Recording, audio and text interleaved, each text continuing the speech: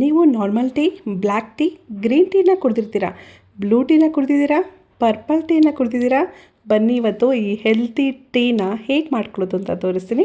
ಇದಕ್ಕೆ ಬೇಕಾಗಿರೋದು ಶಂಖಪುಷ್ಪ, ಅಪರಾಜಿತ ಅಥವಾ ಬಟರ್ಫ್ಲೈ ಪೀ ಫ್ಲವರ್ ಅಂತಾರೆ, ಬ್ಲೂ ಪೀ ಫ್ಲವರ್ ಅಂತಲೂ ಕರೀತಾರೆ. ಫ್ರೆಶ್ ಆಗಿರುವಂಥ ಹೂ ತಗೊಳ್ಳಿ ಅಥವಾ ಒಣಗಿರೋಂಥ ಹೂನಾರು ತಗೋಬೋದು. ಒಬ್ಬರಿಗೆ 4ರಿಂದ 5 ಹೂಗಳು ಬೇಕಾಗುತ್ತೆ.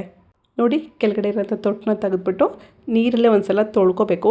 ಈ ಟೀ ಮಾಡಲು ಈ ಹೂಗಳನ್ನ ಒಂದು ಗ್ಲಾಸ್ಗೆ ಹಾಕ್ಕೊಂಡು ಅದಕ್ಕೆ 150ರಿಂದ 200 ml ಅಷ್ಟು ಬಿಸಿ ನೀರನ್ನ ಹಾಕ್ಕೋಬೇಕು.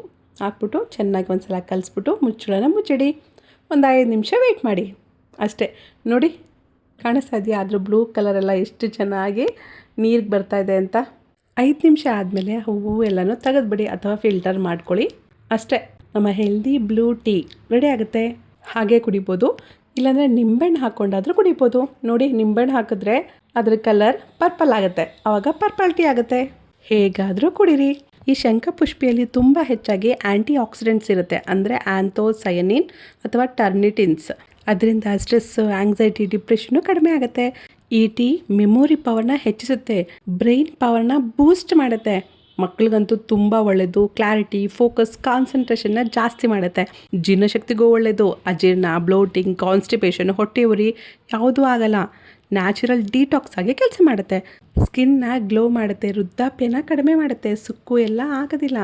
ಹೇರ್ ಗ್ರೋತ್ಗೆ, ಕೂದಲು ಚೆನ್ನಾಗಿ ಬೆಳೆಯೋದಕ್ಕೂ ಸಹಾಯ ಮಾಡುತ್ತೆ. ವೆಯ್ಟ್ ಲಾಸ್ ಕೂಡ ಆಗುತ್ತೆ.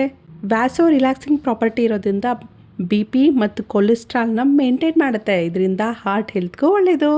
ಇಷ್ಟೊಂದು ಹೆಲ್ತ್ ಬೆನಿಫಿಟ್ಸ್ ಇರೋದ್ರಿಂದ ಪ್ರತಿ ಮನೆಯಲ್ಲೂ ಈ ಗಿಡನ ಹಾಕೊಳ್ಳಿ. ಪ್ರತಿದಿನ ಖಾಲಿ ಹೊಟ್ಟೆಯಲ್ಲಿ ಈ ಟೀನ ಕುಡೀರಿ, ಆರೋಗ್ಯವಾಗಿರಿ.